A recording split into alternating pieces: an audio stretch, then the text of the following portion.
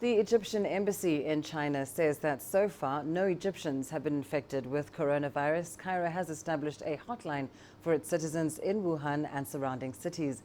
Meanwhile, the Egyptian health minister has visited the quarantine office at Cairo Airport to follow up on inspection procedures for flights coming from China. Here's CGTN's Adel Mahrouky with more.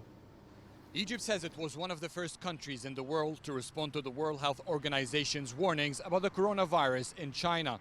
Airports have been instructed to follow the international health regulations. All quarantine offices in Egypt have been instructed to collect names and addresses of passengers and flight crews. Their governorships' municipalities get informed to monitor their health conditions for 14 days, the incubation period for the virus. Egypt's health minister Hala Zaid made the announcement during her visit to Cairo. The minister reviewed the regulations, procedures taken and health facilities available at the airport. We treat all waste from planes or any other materials coming from the infected areas as hazardous wastes and get rid of them accordingly. We've increased our alert status in Egypt and multiplied our health staff in all ports.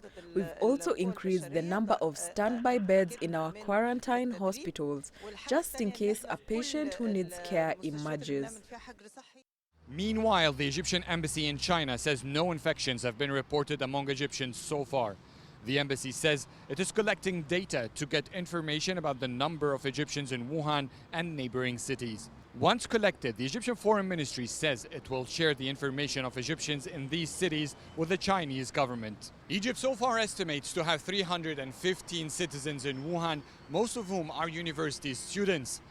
The embassy in China has established a hotline for its citizens to report in cases of emergencies. Adel, Mahrouky, CGTN, Cairo.